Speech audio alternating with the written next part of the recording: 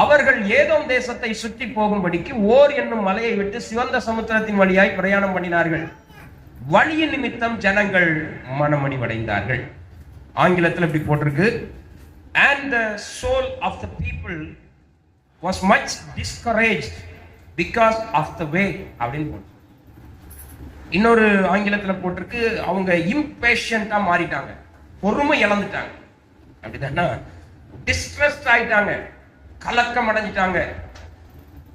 இஸ்ரவேல் ஜனங்களை கர்த்தர் நடத்திட்டு போகும்போது திடீர்னு அவங்களுக்குள்ள ஒரு இம்பேஷன். என்னடா வாழ்க்கை இது?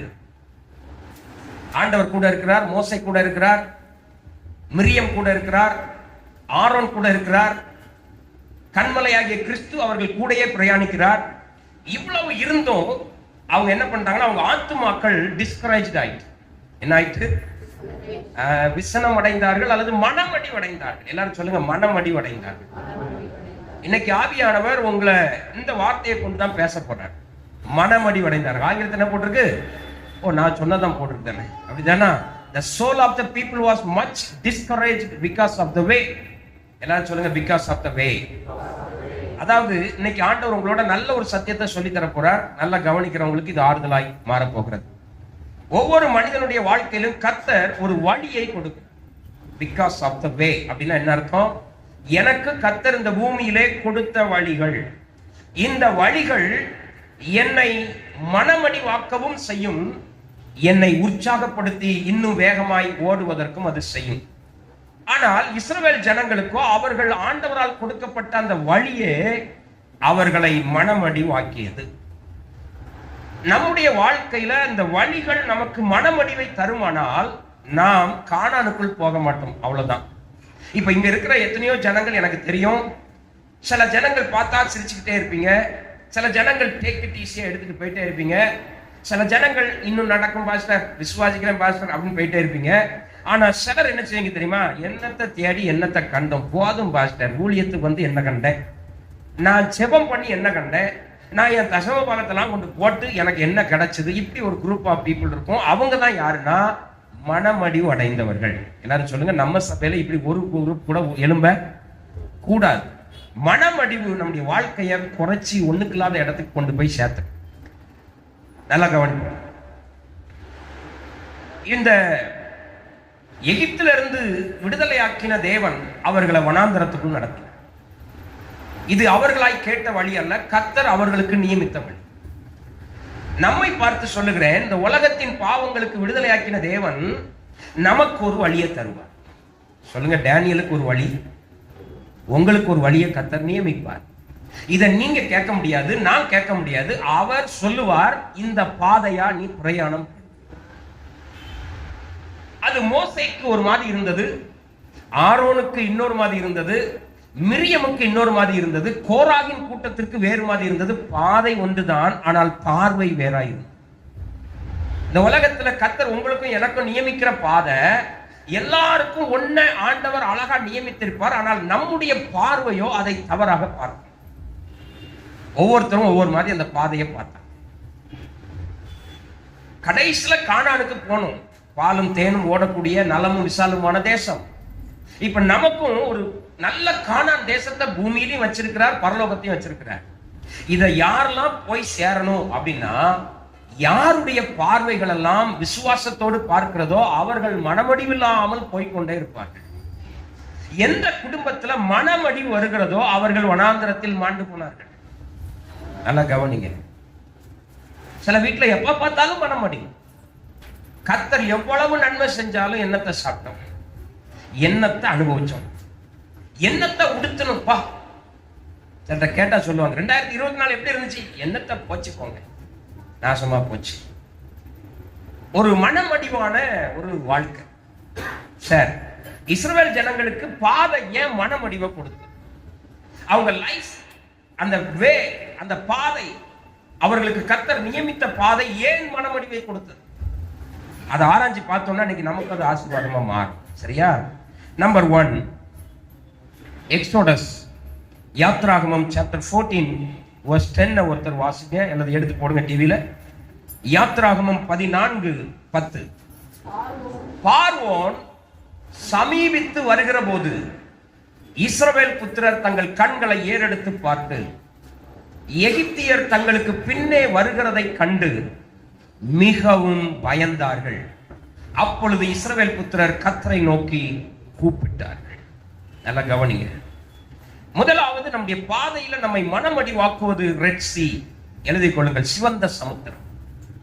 ஆண்டவர் நமக்கு தருகிற பாதையில் முதலாவது நமக்கு வருகிறது சிவந்த சமுத்திரம். இந்த சிவந்த சமுத்திரம் எதை குறிக்கிறது என்றால் நோ வே, வழியே இல்லை. சொல்லுங்க, முதலாவது என்ன இல்லை? வழி இருக்காது. இரண்டாவது எனிமி பின்னாடி வருவான்.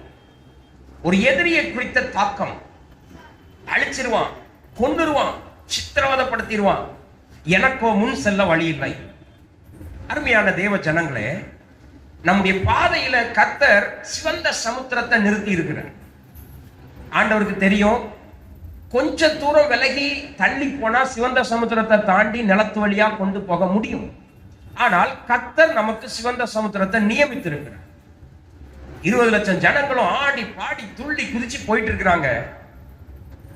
முன்னாடி பார்த்தா சிவந்த சமுத்திரம், ரெட் சி காத்திருக்கு. சரி, இந்த ரெட் சீயை கடக்கிறதுக்கு என்ன பண்ணணும் அப்படின்னு யோசிச்சுட்டு இருக்கும் போதே பின்பக்கம் திரும்பி பார்க்கறாங்க. பார்வோனின் சேனை தொடர்ந்து வருது. ரெண்டுக்கும் நடுவுல இந்த ஜனங்கள் நின்றுட்டு இருக்கிறாங்க. இதுதான் கர்த்தர் அவங்களுக்கு கொடுத்த வழி. சொல்லுங்க, நம்ம வாழ்க்கையிலும் சில நேரம் எட்டி பார்த்தா பாதை தெரியாது, எட்டி பார்த்தா கடல் மட்டும்தான் தெரியும். உள்ள போக முடியுமா? முடியாது. கடலுக்குள்ள போய் பிழைக்கிறது சாத்தியம் அல்ல. சரி, பின்னுக்கு திரும்பி பார்ப்போம், இங்கேயாவது தப்பி ஓடிடலாம்னா பார்வோன் தன்னுடைய இருப்பு ரதங்களை தூக்கிட்டு சக்க சக்க சக்க சக்க சக்கன்னு வாரான். ரெண்டுக்கும் நடுவுல ஆண்டவர் வச்சிருக்கிறாரு. அதுதான் இஸ்ரவேலுக்கு கர்த்தர் கொடுத்த வழி. இப்பதான் பிரச்சனை வருது. இஸ்ரவேல் ஜனங்கள் முறுமுறுக்க ஆரம்பித்தார்கள். உடனே சொல்றான், இந்த வனாந்திரத்தில் சாகவா எங்களை அழைத்து வந்தீர். நல்ல கவனி. இன்னைக்கு சில ரகசியங்களை சொல்லித்தரேன். ஏன் சில வீட்டுக்குள்ள அற்புதம் நடக்கல, ஏன் நம்ம வீட்டுக்குள்ள ஆண்டோடைய கிரிய காணவில்லைன்னா, வழியும் தெரியல, எதிரியும் நிற்கிறான், நடுவுல கடந்து நான் முறுமுறுத்துக்கிட்டே இருக்கிறேன். மோசே என்ன பண்ணுவார்? ஆரோன் என்ன பண்ணுவார்? ஆண்டவர் அழைத்து கொண்டு வர சொன்னார், வந்தார்கள். இந்த ஜனங்களுக்கெல்லாம் முறுமுறுப்பு பாருங்க. கடந்த ஆண்டுல எத்தனை குடும்பத்தில் நான் கேட்கிறேன், எத்தனை காரியத்துக்காக முறுமுறுத்தி, எனக்கு இந்த வியாதி, எல்லாரும் நல்லா இருக்காங்க, நான் மட்டும்,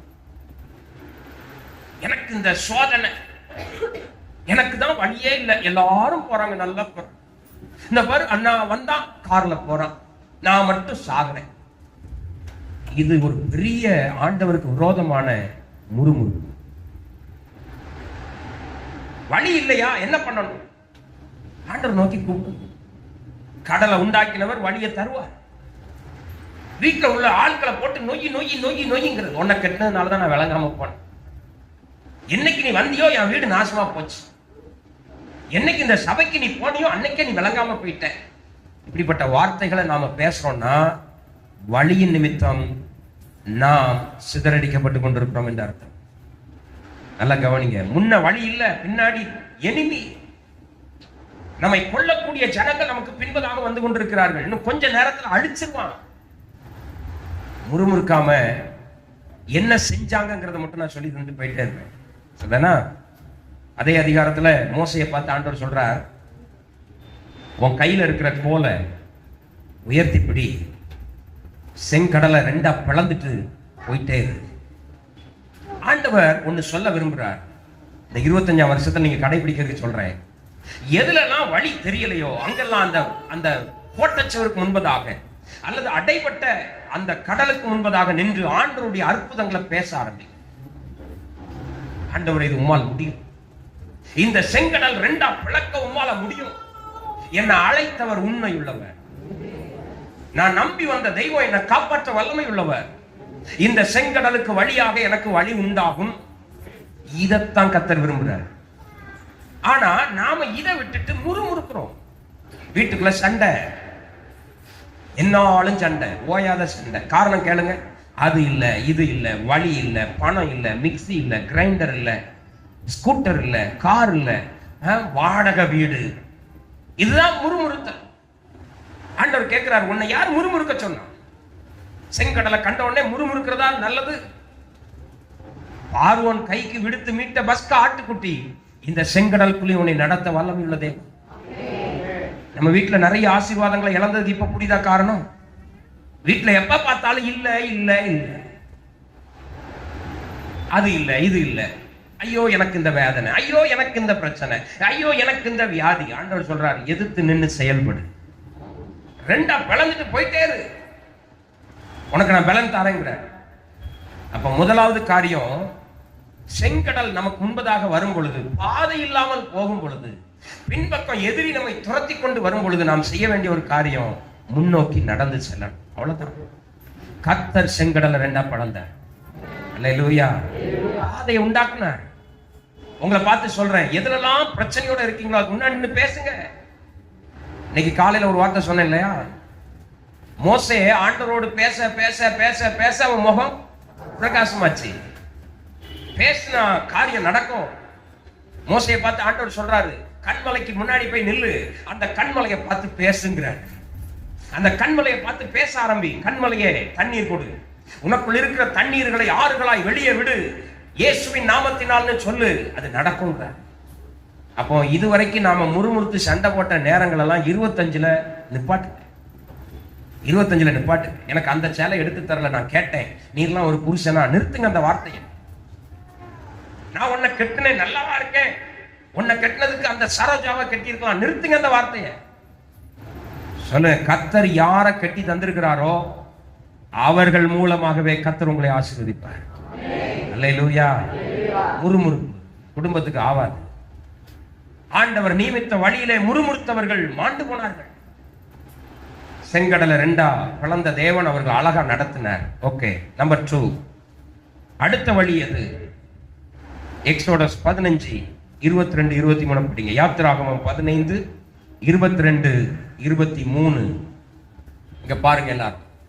பின்பு மோசே இஸ்ரவேல் ஜனங்களை சிவந்த சமுத்திரத்திலிருந்து பிரயாணப்படுத்தினார். அவர்கள் சூர் வனாந்திரத்துக்கு புறப்பட்டு போய் 3 நாள் வனாந்திரத்தில் தண்ணீர் கிடையாமல் நடந்தார்கள். நம்பர் 2, மாரா. எல்லாரும் சொல்லுங்க. சிவந்த சமுத்திரம் 1வது. 2வது, வாழ்க்கையில கர்த்தர் நமக்கு நியமித்த வழியில என்ன வரும்? மாறா வரும். MARAH நினைக்கிறேன், அப்படிதானா? மாறா. இந்த அடுத்த வசனத்துல தான் தெளிவா கிடைக்கும். அவர்கள் மாறாவிலே வந்தபோது மாறாவின் தண்ணீர் கசப்பாய் இருந்ததினால் அதை குடிக்க அவர்களுக்கு கூடாதிருந்தது. அதனால் அவ்விடத்திற்கு மாறா என்று பெயரிடப்பட்டது. நல்லா கவனிங்க.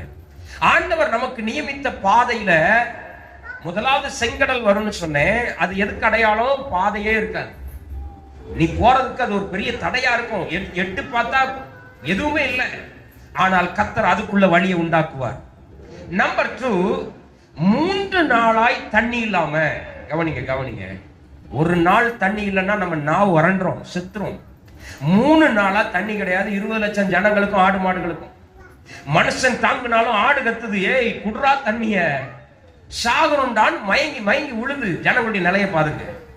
3 நாள் அலைஞ்ச ஜனங்களுக்கு கர்த்தர் ஒரு அற்புதத்தை காட்டுறார். பெரிய தண்ணீர் நிலை கிடக்குது. ஓடி போறாங்க எல்லாரும், பயங்கர ஆசை. ஏன்னா 3 நாள் தாகம். வாயை வச்சு குடிச்சா அவ்வளவும் கசம். ஒன்னு சொல்லித்தாரேன். சில காரியத்துக்கு நீங்க ரொம்ப காத்திருப்பீங்க, பல வருஷம் காத்திருப்பீங்க. ஆனா பல வருஷம் கழிச்சு கிடைச்ச ஒண்ணு கசப்பாயிரும். எப்படி இருக்கும் சொல்லுங்க? எப்படி இருக்கும்? பல நாட்களா உருவாக்கி உருவாக்கி கொண்டு வந்து பொங்குற நேரம் பானை உடைஞ்சிடும். இது ஒரு வழி. இது கர்த்தரால் அவர்களுக்கு கொடுக்கப்பட்ட வழி. கர்த்தர் இதை அனுமதிச்சாரா? அவருக்கு தெரியுமா? 3 நாள் பசியில கிடக்கிறவன் வாயில சோறு வைக்கும் போது கசந்தா எப்படி இருக்கும்னு கடவுளுக்கு தெரியுமா? தெரியும். நல்லா கவனிங்க. சில நேரம் நம்முடைய வாழ்க்கையில் அப்படித்தான் இருக்கும். நான் சின்ன வயசுல நிறைய அந்த எலக்ட்ரிக் பொருட்கள் எல்லாம் செய்வேன். அப்பமே 9 படிக்கும் போதே சைக்கிள்ல லைட் போட்டு போட்டேன். அதை பேட்டரியை கொண்டு அதில் எங்கேயாவது ஒரு வீல்ல கொண்டு இணைச்சி அதில் பவரை கொடுத்து அதை எரியும். அதை ஓட்டிட்டு போறது. ரொம்ப கஷ்டப்பட்டு சில காரியங்களை செய்வேன். கடைசி மணி துளியில உடைஞ்சு ஒரு பட்டத்தை பல 100 ரூபாய்கள் செலவழிச்சு 9, 10 படிக்கும் போதே செய்வேன். என் வளர்த்திக்கு பட்டம் செய்வேன். அப்பவே வீட்டுல பணத்தை வாங்கி அரிச்சு, அப்பாட்ட நூல் வாங்கி, அம்மா கிட்ட கயிறு வாங்கி, அதை நல்லா ஏத்தி அப்படி நிற்கும் போது கயிறு அத்துட்டு அந்த காத்திருந்து பெற வேண்டிய நேரத்துல கனிவு. ஒரு செடியை வளர்ப்போம், அந்த செடி நல்லா வளரும், அப்படியே காத்துக்கிட்டே இருப்போம், உரம் போடுவோம், தண்ணி ஊத்துவோம். அப்போ காத்துக்கிட்டே இருக்கிற நேரம், காய் காய்ச்சி வளர்க்கிற நேரத்துல எல்லாம் அடிச்சிருக்கு. இது ஒரு வழி. நல்லா கவனிக்க. மாறா சில வாழ்க்கையில் அப்படிதான். ஐயோ, நான் காத்திருந்து பண்ணனேன், பொறுத்திருந்து பண்ணனேன், இப்படி கசப்பாயிட்டேன். உடனே ஜனங்களுக்குள்ள கோபம். இந்த தண்ணீர் ஏன் கசப்பா இருக்கு? அங்கேயும் முறுமுறுப்பு தான். கசப்பு வந்த உடனே வாழ்க்கையில வர்ற அடுத்த காரியம் முறுமுறுப்பு. ஏன் எனக்கு கசப்பு? நான் 3 நாள் கழிச்சு வந்தனே, ஆண்டவருக்கு தெரியாதா? அவருக்கு கண் இருக்கா? அவருக்கு பல்லு இருக்கா? ஏன் எனக்கு கசப்பு? ஆண்டவர் எதுக்கு இதை கொடுத்தாரு? நான் ஒன்னு அறிவதற்கு. இவன் 3 நாள் காக்க வச்சு கசப்ப கொடுத்தா என்ன செய்யறான்? இவன் வாயில இருந்து என்ன வருது? இவன் என்ன நம்புறானா, இல்ல இவனுக்கு கொடுக்கப்பட்ட கசப்பு மேல வருத்தத்துல இருக்கிறானா கண்டுபிடிக்கிறதுக்கு அதை கொடுத்த இஸ்ரவேல் ஜனங்கள் அத்தனை பேரும் ஒரு அழுதான். ஐயோ, கசக்குதையா. இதுல கசக்காத ஒரே ஆளு மோசை மட்டும்தான். ஏன்னா அவனுக்கு தெரியும், அவர் கொண்டு வந்த விதம் அவனுக்கு தெரியும். சில ஆட்கள் மோசை மாதிரி எந்த கசப்பை கொடுங்க, சாப்பிட்டு நல்லா இருக்குமா. இயேசுக்கு காடியை கொடுத்தாங்க, அப்படியே குடிக்க மனம் இல்லாம திருப்பி கொடுத்தாரு. கத்துனாரா? பிதாவே, பாயாசத்துக்கு பதிலாக கசப்பை கொடுக்கிறீரே. சில நேரம் வாழ்க்கையில கசப்பு வழியா மாறும். நீங்க நம்பி தாலி கட்டுற ஒருத்தி கசப்பா மாறுவா. நீங்க நம்பி தாலி கட்டுற ஒருத்தன் உங்களுக்கு கசப்ப தருவான். அப்ப முறுமுறுக்க கூடாது. என்ன செய்யணுமா? மோசேட்ட ஆண்டவர் சொல்றாரு, அங்க பாரு, அங்க ஒரு மரம் இருக்கு, அங்க பாரு ஒரு மரம் இருக்கு, அந்த மரத்தை வெட்டு. அந்த மரத்தை வெட்டி கசப்புல தூக்கி போடு. அந்த கசந்த நீர் எப்படி மாறும்? என்னைக்கும் சொல்லித்தார, முறுமுறுப்ப கத்தர் பதிலா ஒரு இடத்துலயும் வைக்கல. சண்டை போடுறத கத்தர் ஒரு இடத்துலயும் பதிலா வைக்கல. அவன் கசப்பானா நானும் குத்துனேன், நான் கசப்பானே அவனும் குத்துனா, நாசமா போங்கன்னு சொல்லுவார். வாழ்க்கையில கசப்பு வந்தா என்ன பண்ணணும் சொல்லுங்க? ஒரு மரம் நிற்கும். இன்னைக்கு சொல்றேன், கல்வாரி சிலுவையில இயேசு மரத்தினால தொங்கினார். அந்த மரத்தை தூக்கி உங்க கசப்புல தூக்கி போடுங்க, மதுரமா கத்தர் மாற்றுவார். குடும்பத்துல பிரச்சனை, கசப்பு, பிள்ளைகளை குறித்து கசப்பு, மரத்தை போடு. பெத்த பிள்ளையே உன்னை பார்த்து கொல்லுவேன்னு சொல்லுதா, அமைதியா பார்த்துக்கிட்டு இருந்து மரத்தை வெட்டி உள்ள போடு, அந்த புள்ள மதுரமா மாறும். நம்ம உடனே நினைச்சது தெரியுமா?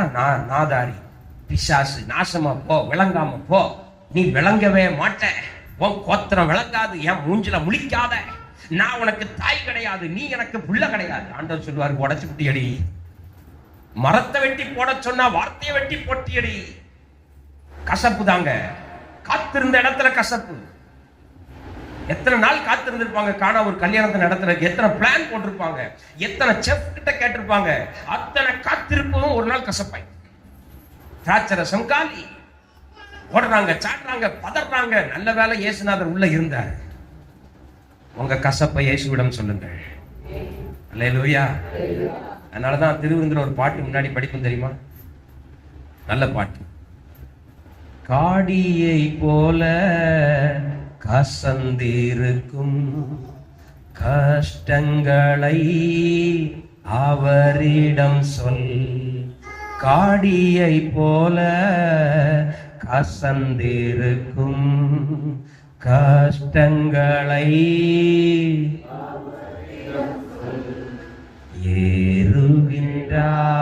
ஏறுகின்றார். தள்ளாடி தவழ்ந்து களை போடே, என் இயேசு குருசை சுமந்தே கொல்கதா மலையின் மேல் நடந்து ஏறு.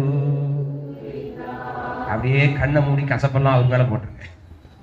சொல்லுங்க, புருஷன் கசப்பா இருக்காரா? பெத்த பிள்ளை கசப்பா இருக்கா? வந்தவா கசப்பா இருக்காளா? முழங்களை போட்டு சொல்லுங்க, காடியை போல அப்படின்னு பாடிக்கிட்டே அந்த கசப்பை தூக்கி அந்த மதுரத்தை மாத்துறதுக்கு கர்த்தர் உங்க கைகளில் பலனை தருகிறார். எத்தனை பேர் ஆமேன்னு சொல்ல முடியும்? இதுதாங்க வழி. கசப்பாயிட்டு கசப்பாயிட்டு கசப்பாயிட்டு ஆண்டவர் சொல்ல வெட்டி போடு வெட்டி போடு வெட்டி போடு, மரத்தை வெட்டி போடு. எல்லாரும் சொல்லுங்க, மரத்தை. வாழ்க்கை கசந்துட்டு வாழ்க்கை கசந்துட்டு ஐயோ இனி என் வாழ்க்கையை மதுரமாக்க அவர் இருக்கிறார். அல்லேலூயா. யாரை வச்சும் மதுரத்தை அவரால் கொண்டு வர முடியும் உங்களுக்கு. ஆமென். அப்ப ரெண்டாவது வாழ்க்கையில என்ன வந்தது வழியில? மாறா. முதலாவது என்னது? ரெட் சீ. ரெண்டாவது நம்பி காத்திருந்து செய்த காரியம் கசப்பா மாறும். அதுதான் வழி.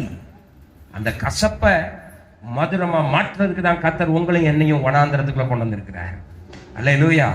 அது சரியில்லை, இது சரியில்லை, ஐயோ நான் அதை செஞ்சிருக்கணும், நான் இதை செஞ்சுட்டேன், தெரியாம செஞ்சுட்டேன். நோ, எல்லாம் கர்த்தர் தெரிஞ்சுதான் மதுரமா மாத்துறதுக்கு தான் மாறாவ கர்த்தர் உங்களுக்கு வாழ்க்கையில உள்ள கொண்டு வைக்கிறார். அல்லேலூயா. சரி, நம்பர் 3.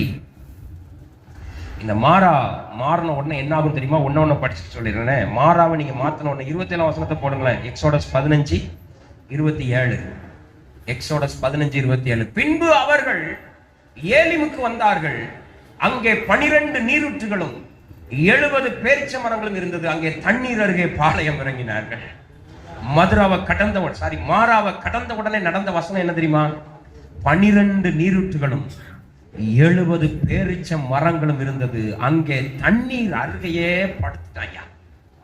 எதுக்காக அழுதியலோ, எது உங்களை ரொம்ப கசப்பாக்குச்சோ, காத்திருந்து பெற்றது கசப்பாயிட்டே நினைச்சீங்களோ, கர்த்தர் சொல்றாரு பேரிச்ச மரத்துக்கு பக்கத்திலே படுக்க வைக்கிற உன்னை படுத்து கடை.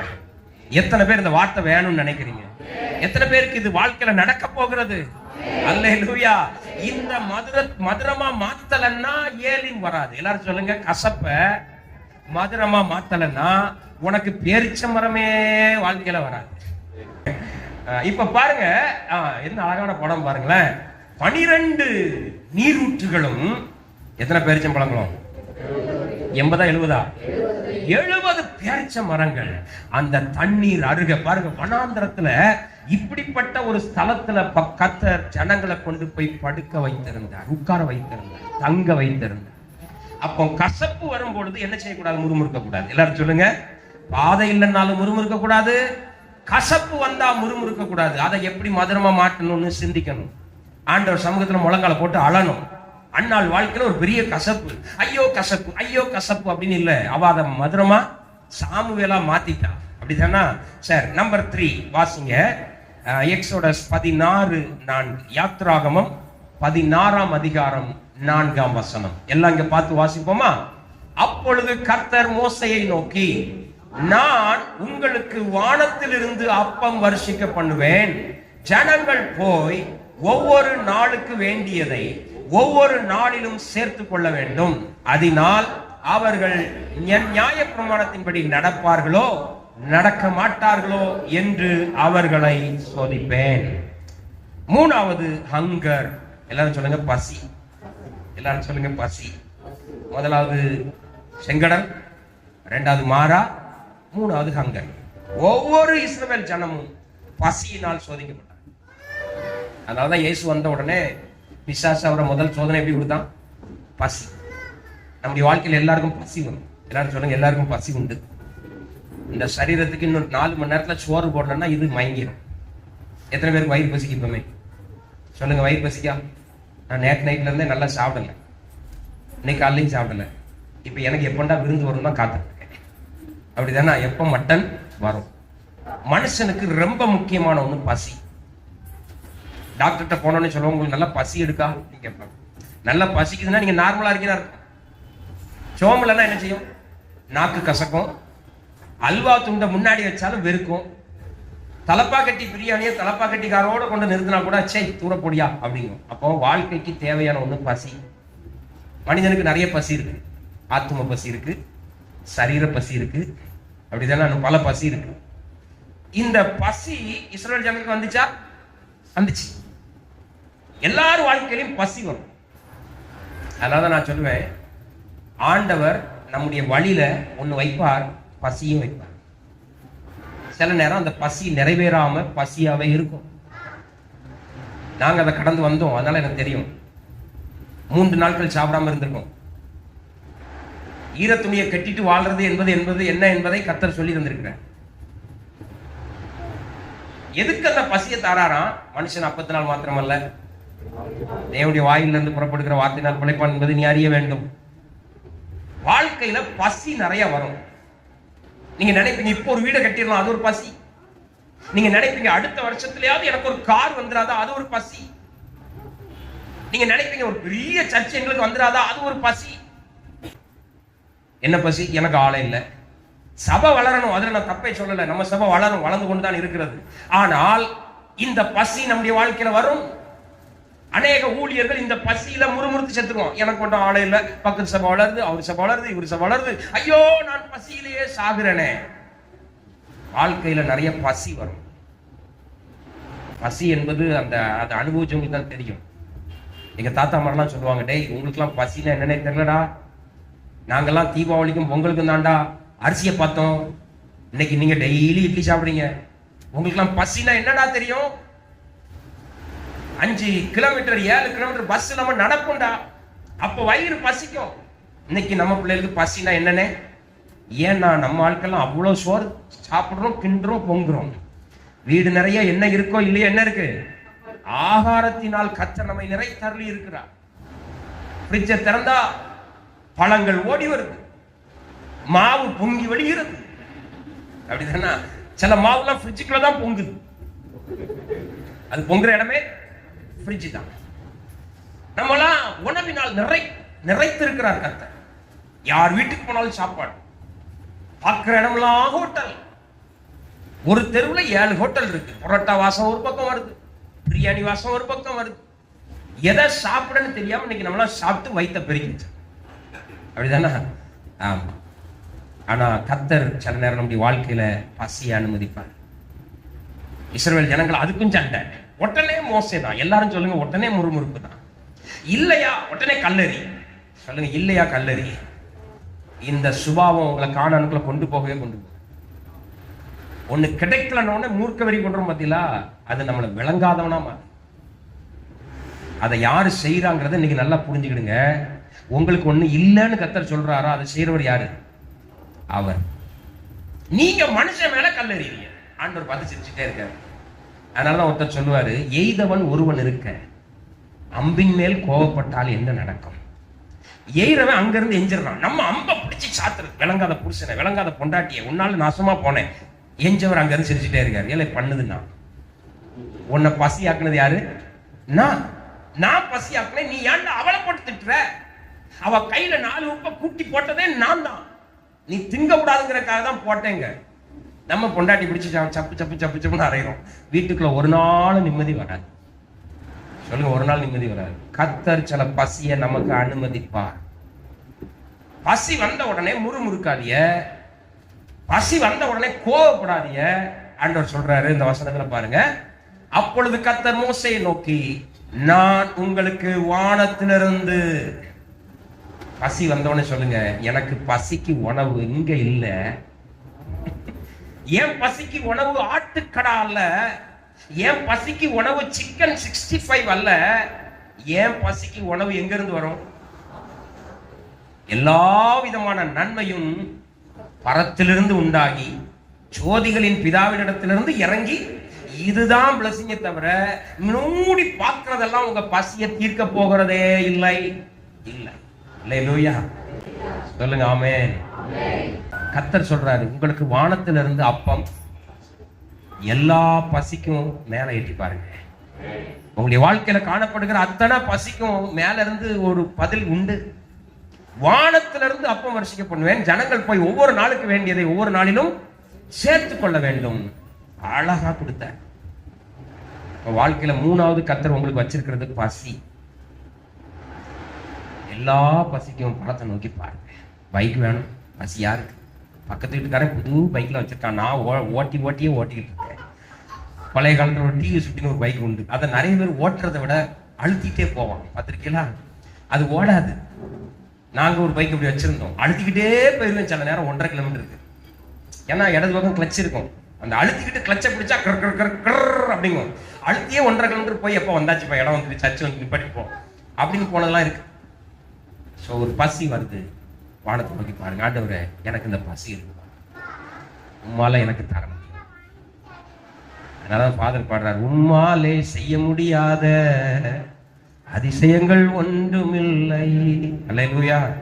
எந்த பசியா இருந்தாலும் நான் மேல பார்ப்பேன், கர்த்தர் எனக்கு வருஷிக்க பண்ணுவார். நம்பர் 4, எக்ஸோடஸ் 32:1, 32, யாத்ராகமம் 32:1 எடுத்துட்டீங்கன்னு நினைக்கிறேன். மோசே மலையிலிருந்து இறங்கி வர தாமதிக்கிறதை ஜனங்கள் கண்டபோது அவர்கள் ஆரோனிடத்தில் கூட்டம் கூடி அவனை நோக்கி, எகிப்து தேசத்திலிருந்து எங்களை அழைத்துக் கொண்டு வந்த அந்த மோசேக்கு என்ன சம்பவித்ததோ அறியோம். ஆதலால் நீர் எழுந்து எங்களுக்கு முன் செல்லும் தெய்வங்களை எங்களுக்காக உண்டு பண்ணும் என்றார்கள். நம்பர் 4, நம்முடைய வழியில வர்றது டிலே, தாமதம், கட்டாயம். நம்ம பாதையில டிலே வரும். மோசே நடத்திட்டு போறாரு, ஜெய கம்பீரமா பாடுறாங்க, துதிக்கிறாங்க, துள்ளுறாங்க.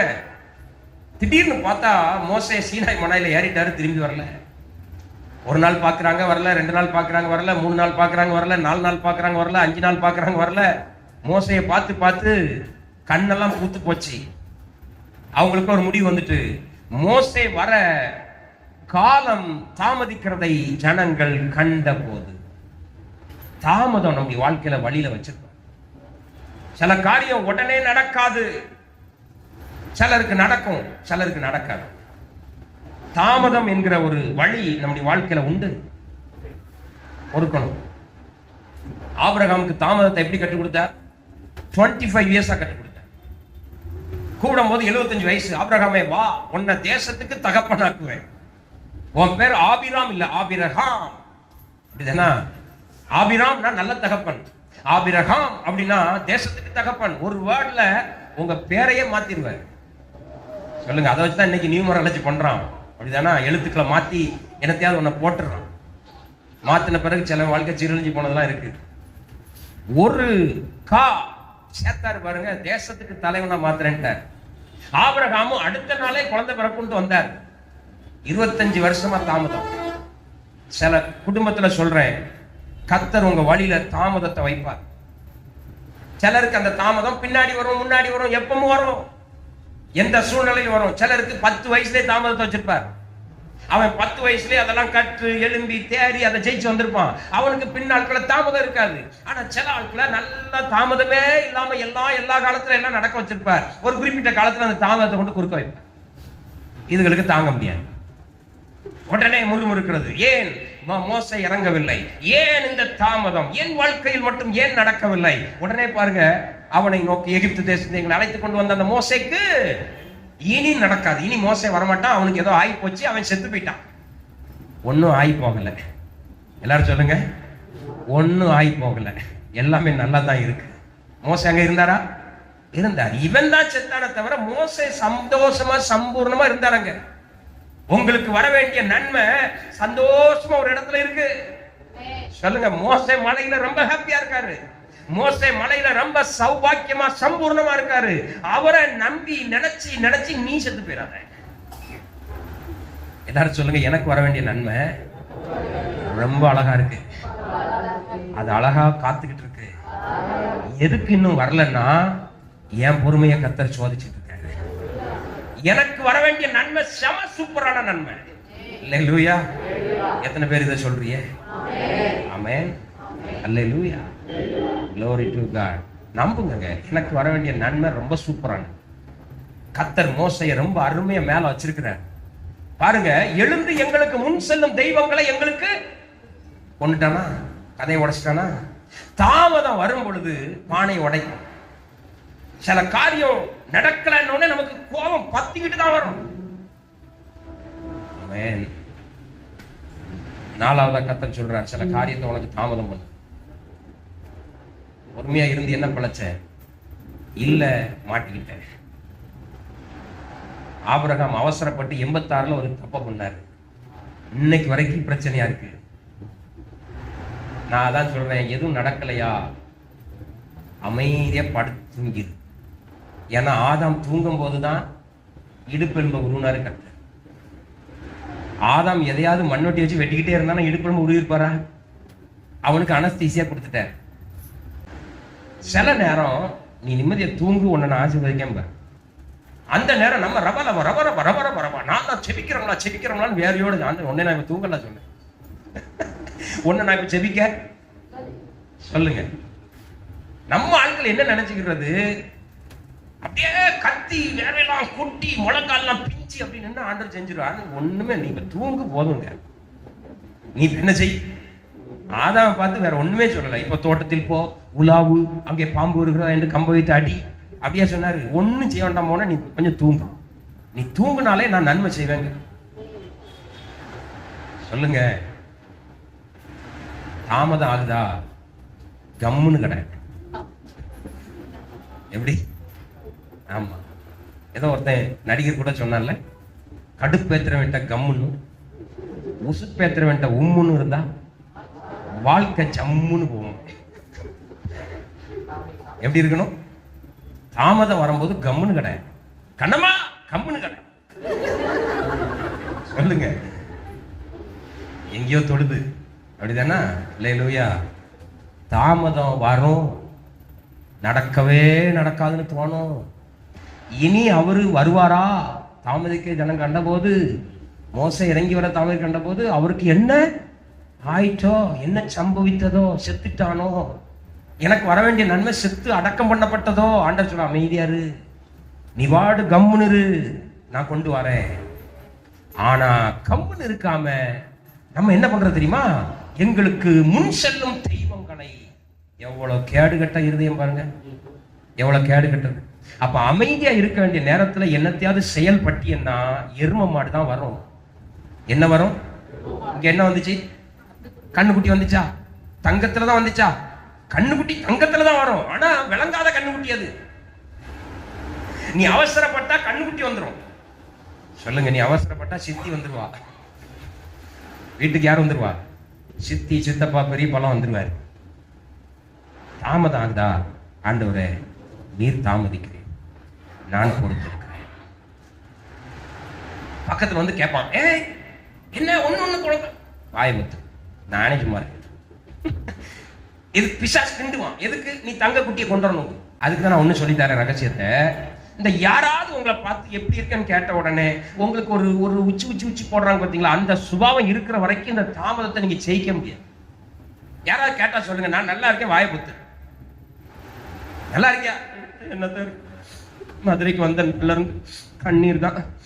உடனே கேட்கறவே உங்களுக்கு கண்ணீரை தொடச்சுவாங்களோ? சொல்லுங்க. அவன் 4 பேர்கிட்ட போய் தூத்துவான். கேட்கிற ஆள்கிட்ட சொல்லுங்க, நான் நல்லா இருக்கேன், நீ நல்லா இருக்கியா? அவன் சொல்லுவான், நான் நல்லா இல்லை, அப்ப வெளியே போ. நீ நல்லா இல்ல, நான் நல்லா இருக்கேன்.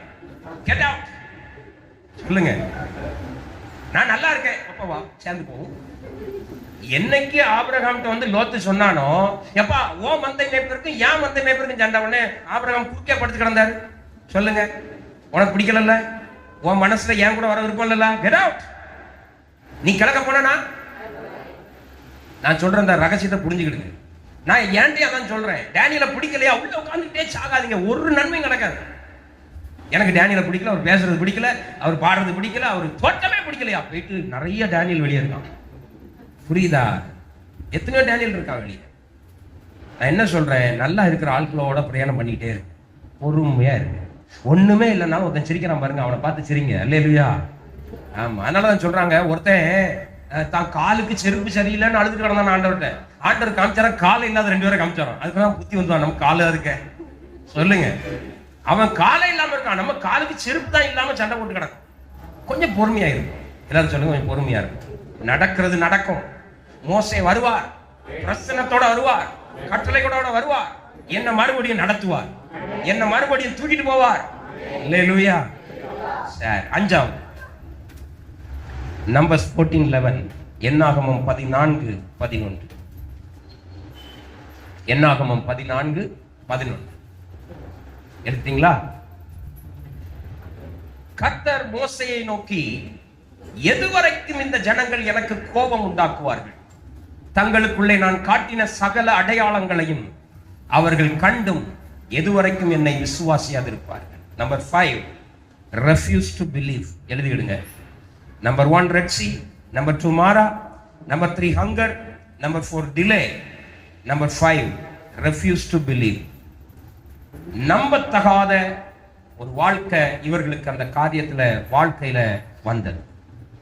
இது எந்த அதிகாரத்துல இருக்கு அப்படின்னா, 12 பேரை அனுப்புவார் இல்லையா? அனுப்பும் போது 2 பேர் வந்து என்ன சொல்லுவான்? நல்லது சொல்லுவான். 10 பேர் வந்து தீமை சொல்லுவான். ஆண்டவர் சொல்லுவாரு, எத்தனை காலம்டா உங்க கூட நான் வாழ்றது? இவ்வளோ நன்மையை நான் செஞ்சேன். செங்கடலை பிளந்தேன், மாறாவை மதுரமா மாத்தினேன், வானத்துல இருந்து மண்ணாவை கொடுத்தேன், காணாம போயிட்டான்னு சொன்ன மோசைய அழகா கொண்டு வந்து இறக்குனேன். இன்னமும் ஏன்டா என்ன நம்ப மாட்டேங்கன்னு சொல்லி ஒரு பிரச்சனையை உள்ள வச்ச. நம்மளையும் அப்படிதான் காமிப்பார். மதுரையில டேனியலை கொண்டு இறக்கி விட்டுட்டு, இந்த ஊர்ல ஊழியம் செய்டா, உன்னை நான் காப்பாத்துறேன் பாரு. நான் ஆண்டவர்கிட்ட திருப்பி போய் என்ன சொல்லணும்? நல்லது ஆண்டவரே, மதுரை நல்லா இருக்கு, அண்ணா நகர் சூப்பர், சுகுணாஸ்வர் ரொம்ப அழகா இருக்கு, எனக்கு தந்திருக்க விசுவாசிகள்லாம் சூப்பர் சூப்பர் ஆளுக்கெல்லாம் தந்திருக்கிற லட்டா இருக்கு, அப்படி சொல்லணும். அவர்கிட்ட போய் விளங்காம போச்சு ஆண்டவர். நான் தூத்துக்குடியில படிச்சேன், இங்க ஒரு லட்டு இல்ல, எல்லாம் காரா பூந்தியா இருக்கு, பூரா உரைக்குது, நான் சோம் பண்ணா தூங்குது, நான் பிரசங்கம் பண்ணா போன்ல பேசிட்டு போகுது ஆண்டவரே அப்படின்னா எப்படி இருக்கும் அவருக்கு? சொல்லுங்க. அவர்கிட்ட போய் என்ன சொல்லணும்? இன்னைக்கு செல்வம் பிரதர் மட்டனா கொண்டு தட்டினாரியா, இப்படி ஒரு பிரதர் எங்களுக்கு கொடுத்ததுக்கு சோத்திரம் லேலுயா அப்படி சொன்னா அவரு கூட 4 செல்வத்தை உள்ள கொண்டு வந்துருவாரு. மட்டனா போடல, ஏல நீ ஒட்டகத்தை கொண்டா, அடுத்த நாள் நீ வந்து அடுத்த நாள் பறக்கிற டர்க்கியை கொண்டு வந்து இறக்கும். நம்ம இங்க இருக்கிற ஆளை கொண்டு அங்க புலம்புனா ஒரே அற தலையில. உன்னைய மதுரைக்கு கொண்டு வந்து நல்லதை பேச சொன்னா நீ என்னத்தை பேசிக்கிட்டு இருக்க? விளங்காத ஊர்ல கொண்டு என்ன கத்தர் வச்சுட்டாரு. என் ஊர் சொந்த ஊர் தூத்துக்குடியாக்கும், என் பொண்டாட்டிக்கு திருநெல்வேலியாக்கும், திருநெல்வேலிக்கும் தூத்துக்குடிக்கும் நடுவில் அந்த ஆத்துல வச்சிருக்கலாம்ல. அவர் சொல்ற, ஆத்துக்குள்ள உன்னை கொல்ல பார்த்தோம்ல ஒரு நாள், உன்னை கொல்லாம இங்க கொண்டு வந்து வச்சிருக்கேன்னா நன்றி சொல்லுங்க. அப்படிதானா? யோசிக்கணும். ஆமென். அவர்கிட்ட போய் என்ன சொல்லக்கூடாது? நான் போற சர்ச் ஆகும், இது ஒரு விளங்காத சர்ச்சு, வாடகை பில்டிங்கு, அதுல வேற டேனியல் வாரம் வாரம் குத்துன்னு குத்துறாரு, என்னத்தான் குத்துறாரு, என்ன பேர் வச்சே தாக்குறாரு, இப்படி போய் சொல்லக்கூடாது ஆண்டவர்கிட்ட. நீங்க சொல்லணும், ஆண்டவரே சின்ன சபை தான், ஆனா அழகான சபை ஆண்டவரே, சூப்பரா இருக்கு ஆண்டவரே, பாட்டுலாம் எப்படி போச்சு தெரியுமா, இன்னைக்கு இப்படி சொல்லி பாருங்க. கர்த்தர் சொல்லுவாரு, யூ ஆர் கிரேட், நீ நல்லா இருக்கன்னு பாரு. கல்யாணம் கட்டி முடிச்சு போய் அம்மா கேட்பா 4 மாசத்துல, உன் புருஷன் எப்படி இருக்காரு? 10 நல்லதை சொல்லுங்க. மாமியாரே மருமோன கனமா பாப்பா. ஆமா, நீ கட்டி தந்த மனுஷ பையலா டவுசர் போட்டுட்டே அலையிறான், டவுசர் பாண்டி மாதிரி. இப்படி என்னத்தையா 10 சொன்னா மாமியாரே மருமோனை பார்க்குமே அந்த கார் ஜாப அப்படிங்க. புரியுதா? வெளியே போய் பாஸ்டர் பற்றி நல்லா சொல்லுங்க. எங்க பாஸ்டர் நல்லவர், வல்லவர், கெட்டிக்காரு. அங்க போய் விளங்காத ஒரு மனுஷன் வருவாரு, இப்ப பாரு 9 மணிக்கு எழுப்பி நிப்பான் பாரு அப்படின்னா வர்றாலும் ஓடிடும். இப்போ 2 பேர் வந்துட்டு ஓடிட்டு அப்படிதானா? எங்க இருந்து வந்துச்சோ பாவம், யார் மத்த பிள்ளையோ தெரியல. எதையாவது நல்லதை சொல்லுங்க ஆண்டவர். என்ன புருஷனை பற்றி ஆண்டவர், அவன் புருஷனை கட்டி கொடுத்துருக்கானே நல்லவனா, சூப்பர் ஆண்டவரை, உம்ம போலவே இருக்கான், உம்ம போலவே தான் இருக்கான் அப்படின்னு சொல்லுங்க. அவனை மாத்துவேன். அவன் நல்லதையும் கெட்டதையும் சேர்ந்து சொல்லாம கெட்டதை மட்டுமே ஆண்டவர்கிட்ட சொல்லி சொல்லி அழுது. கடைசி ஒரு வசனத்தை வாசித்து முடிப்போம். லேவியராகமம் 26:13. லேவியராகமம் 26:13 எடுத்து வாசிப்போமா? நீங்கள் எகிப்தியருக்கு அடிமைகளாய் இராதபடிக்கு நான் அவர்கள் தேசத்திலிருந்து உங்களை புறப்பட பண்ணி உங்கள் நுகத்தடிகளை முறித்து உங்களை நிமிர்ந்து நடக்க பண்ணின உங்கள் தேவனாகிய கர்த்தர். அதை மட்டும் கலர் அடிங்க, கீழே உள்ள வார்த்தைய. உங்களை நிமிர்ந்து நடக்க பண்ணின உங்கள் தேவனாகிய கர்த்தர். ஆண்டவர் சொல்றாரு, உங்களை நான் நிமிர்ந்து நடக்க பண்ணுவேன். நீ யாருக்கிட்டையும் தலை குனிஞ்சு நிற்க நான் உன்னை விட மாட்டேன். காரணம், உன்னை நடத்துகிற தேவனாகிய கர்த்தர் நான். எல்லாரும் சொல்லுங்க, கர்த்தர் என்னை, இந்த வசனத்தை சொல்லுங்க, நிமிர்ந்து நடக்க பண்ணுவார். ஏன்னா அவர் என் தேவனாகிய கர்த்தர் என் குடும்பத்தை தலை நிமிர்ந்து நடக்க வைப்பார்.